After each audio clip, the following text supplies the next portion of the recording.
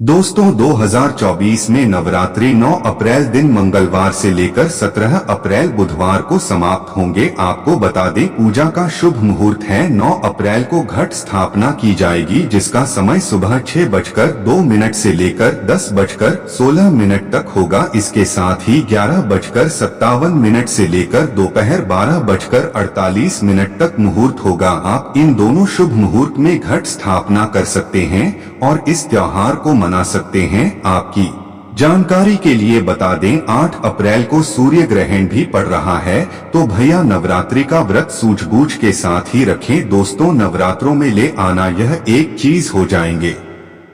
कुंडली के बारे में स्वयं जगदम्बा आपके घर की रक्षा करेंगे, करोड़पति भी हो जाएंगे। करोड़पति हम भी अपने घर में लेकर आते हैं। यह चीज नवरात्रि में कुछ ऐसी चीज हैं जिन्हें घर में लाकर के रखने से माता रानी बहुत ही प्रसन्न होती है और अपने भक्तों की सभी प्रकार की जो मुरादें हैं, मनोकामना हो उसे पूर्ण करती है। वीडियो को ध्यान से देखना। आज की जो वीडियो का विषय है बहुत ही सुंदर है। अगर आज की वीडियो मिस कर दी तो फिर आप बाद में गरीबों के गरीबी रह जाओगे। कहने का मतलब है कि धन संपदा प्राप्त करने का नवरात्रि में जबरदस्त पावरफुल चीज बताने वाला हूँ और जरूरी नहीं है कि नवरात्रि की प्रथम दिन यह खरीद करके लाए। आप चाहते हैं तो किसी भी दिन नवरात्रि के दिन में आप इसे खरीद करके अपने घर में लाकर के स्थापित कर सकते हैं। आपकी दिन दुगनी रात चौगुनी तरक्की होगी। साथ ही साथ नवरात्रि से जुड़ी बहुत सारी जानकारी बताऊंगा। वीडियो को ध्यान से देखना। मैं माता रानी की सौगंध खाता हूँ, अगर आपके घर में धन न बरस जाए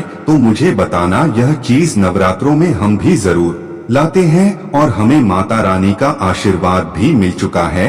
आज हम धन ऐश्वर्य से परिपूर्ण है। आज हमारे घर में धन दौलत की कोई भी कमी नहीं है। गाड़ी बंगला सब हमारे पास है, वह भी माता रानी की कृपा से। तो हमने सोचा जो हमारे सभी दर्शक हैं उन्हें भी माता रानी से जुड़ी कुछ चीज बता दे, ताकि हमारे दर्शकों को लाभ प्राप्त हो सके, माता रानी का आशीर्वाद मिल सके। लिए जानते हैं मैं हर दिन बोलता हूँ कि माता रानी नवरात्रि में माता रानी की जो सेविका होती है हमारे घर के द्वार पर दोनों तक आती है।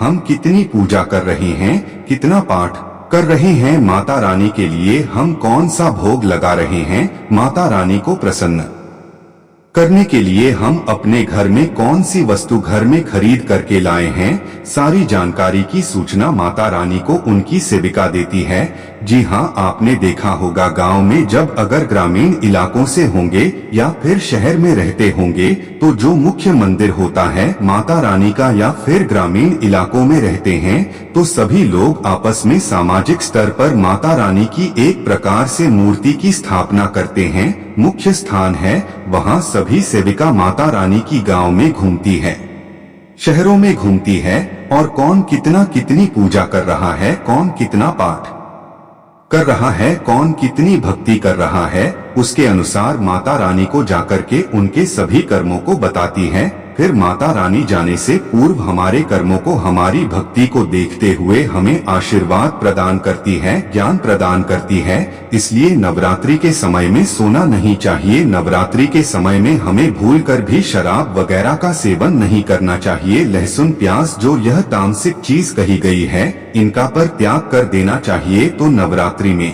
कौन सी ऐसी चीज है जिसे हम घर में खरीद करके लाएं जिससे हमारे घर में अन्य धन की बढ़ोतरी हो, सारी जानकारी इस वीडियो में जानेंगे। तो चलिए मैं आप लोगों को बताना चाहूंगा नवरात्रि में हमें कौन सी चीज लानी चाहिए। तो आप अगर इस प्रकार की जानकारी में इंटरेस्ट रखते हैं तो वीडियो को लाइक करके चैनल को सब्सक्राइब जरूर करना और कमेंट बॉक्स में जय माता दी जरूर लिखना, लिख देना। माता रानी हम आपसे बहुत प्यार करते हैं। दोस्तों हमारे धर्मशास्त्र कहते हैं आप में से अधिकतर ऐसे लोग हैं जो कि विदेश यात्रा करना चाहते हैं, या फिर आप में से ऐसे लोग हैं जो 4 धाम की यात्रा करना चाहते हैं। लाख प्रयास करने के बाद भी आपकी मनोकामना पूर्ण नहीं हो पा रही है तो आप जो है नवरात्रि के समय में ध्वजा घर में खरीद करके लाइए, इसे माता रानी को समर्पित कर दें और नवमी के दिन इसे किसी भी देवी मंदिर में जाकर के इसे आप चढ़ा देना या फिर मंदिर में जाकर इस समर्पित कर देना। बिल्कुल ही आपकी विदेश यात्रा है या फिर 4 धाम की यात्रा करना चाहते हैं, वह यात्रा मंगलमय हो जाएगी। अब आप में से अधिकतर ऐसे लोग हैं जो कि बोलते हैं क्या करें, तो नवरात्रि के समय में सुनिए, अगर आर्थिक कष्टों से आप मुक्ति पाना चाहते हैं तो चांदी की कोई भी कुछ भी सामग्री ला करके देवी माता को समर्पित करना। नवरात्रि के समय में चांदी से बनी कोई भी सामग्री ला करके माता रानी को समर्पित करना और इस चांदी से बनी हुई जो सामग्री आप ला करके समर्पित करेंगे तो 10वें दिन आपको इस गंगाजल से स्नान करने के बाद लाल कलर के कपड़े या फिर चांदी की डिब्बी अगर आपके पास में है तो 5 चावल के साथ में 5 घूमती चक्र 5 जो आपने कौड़ी रखी है उसमें डाल करके आप इसे रख सकते हैं दोस्तों। या फिर चाहते हो तो चांदी की जो अपने पात्र माता रानी को भेंट की है वह लाल कलर के कपड़े में बांध कर के धन तिजोरी में रखिए, उत्तर दिशा में रखिए। आपके घर में पैसे आने के सभी मार्ग खुल जाएंगे, ऐसा कहते हैं। इस उपाय से दरिद्र व्यक्ति भी धनवान बन सकता है।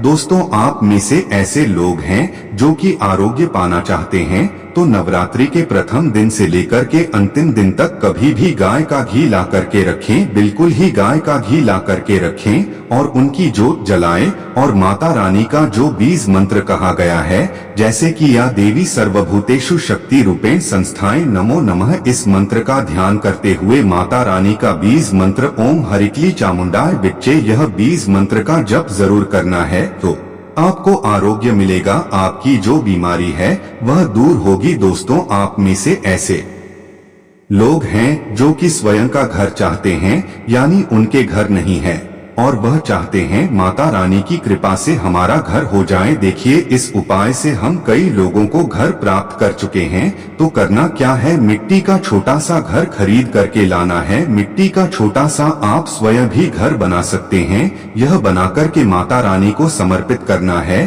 तो नवरात्रि के बाद स्वयं आपके पास घर होगा। कुछ दिनों बाद आपकी जो मनोकामना है वह मनोकामना की पूर्ति होगी। लेकिन लालच मत रखना और सच्ची भक्ति आराधना में लग जाए। नौकरी में पदोन्नति चाहते हो तो 3 नारियल लाकर के घर में रखिए और नवमी के दिन इस मंदिर में जाकर क्या आपको चढ़ करके आ जाना है तो स्वयं आप देखना आपकी पदोन्नति हो जाएगी। दिन दुगनी रात चौगुनी तरक्की होगी। गल्ला हमेशा नोटों से भरा रहेगा, धन से घर भर रहेगा। तो आप में से अधिकतर लोग हैं जो कि आकर्षक बढ़ाना चाहते हैं तो धूप, सुगंध, अगरबत्ती हुई या फिर चमकीली जो सामग्री है यह खरीद करके माता रानी को समर्पित करें। अब चलिए मैं आप लोगों को अपार धन संपत्ति प्राप्त करने के लिए जबरदस्त गुप्त प्रयोग बता रहा हूँ। तो अपार धन संपत्ति प्राप्त करना चाहते हैं तो इन 9 दिनों में आपको किन्नर से 1 रुपया का सिक्का मांग लेना है। देखिए, बड़ी मुश्किल से किन्नर पैसे देते हैं क्योंकि उनकी जो दुआ होती है उसमें काफी दम होता। अगर आपके पास में कोई किन्नर अच्छे संपर्क में है, आपसे अच्छा बनता है तो नवरात्रि में किन्नर से आपको 1 रुपये का सिक्का लेना है और आपको इस गंगाजल में धोने के बाद नवरात्रि के समय में ही आपको अपनी तिजोरी या फिर पर्स में रखना है। आजीवन आपके घर में पैसों की कमी नहीं होगी। किन्नर को मां जगदम्बा का आशीर्वाद प्राप्त है, ब्रह्मा जी का वरदान प्राप्त है, राम जी का वरदान प्राप्त है। उनका आशीर्वाद सच्चे दिल से अगर जिस किसी भी व्यक्ति के सर पर हो जाए तो उसका बेड़ा पार हो जाता है। उसे राजा बनने से कोई नहीं रोक सकता। लेकिन याद रहे, आजकल बाजार में मर्द लोग भी किन्नर बनकर दान लेते हैं। उसे देव तुल्य माना जाता है, ईश्वरीय शक्ति के रूप में माना जाता है। जो कुदरत किन्नर होता है उसे किन्नर द्वारा मिला आशीर्वाद स्वयं हीरा बन जाता है,